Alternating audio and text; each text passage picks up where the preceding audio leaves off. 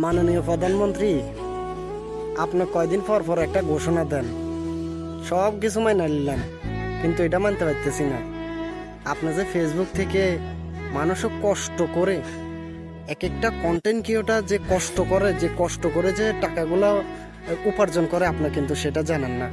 আপনি যে এখান থেকে ট্যাক্স নিতেছেন, এই ট্যাক্সের ঘোষণা দিচ্ছেন কেন? আপনি কি মানুষকে মোবাইল কিনে দিয়েছেন, না মানুষকে ক্যামেরা কিনে দিয়েছেন, নাকি মানুষের ফোনে ব্যবহারে দিতেছেন? আপনি এখান থেকে কেন ট্যাক্স নিতেন? এই জিনিসটা কিন্তু ভালো লাগে না, ঠিক আছে? এই জিনিসটা মোটেও ভালো লাগে না। আর যারা কন্টেন্ট ক্রিয়েটর আছেন সবাই একসাথে জোরদার করেন, আমরা এটা মানি না, ঠিক আছে?